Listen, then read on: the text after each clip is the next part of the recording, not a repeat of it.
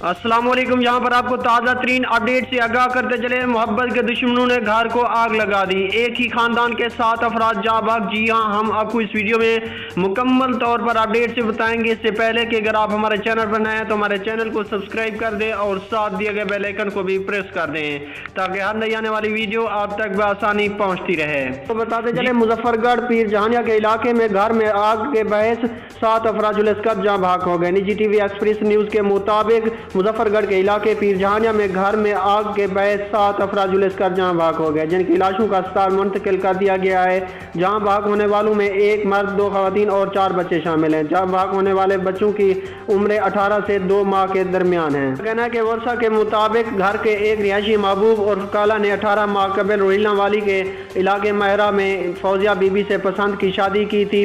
आग का वाक़या भी मुबैना तौर पर महबूब और काला के ससुरालों की कार्रवाई है। जाए वकूआ से शवायद इकट्ठे कर लिए गए हैं, जिसमें पेट्रोल की खाली बोतल भी शामिल है। लाशों की पोस्टमार्टम रिपोर्ट के बाद महबूब और काला की मदयत में मुकदमा दर्ज कर दिया गया है।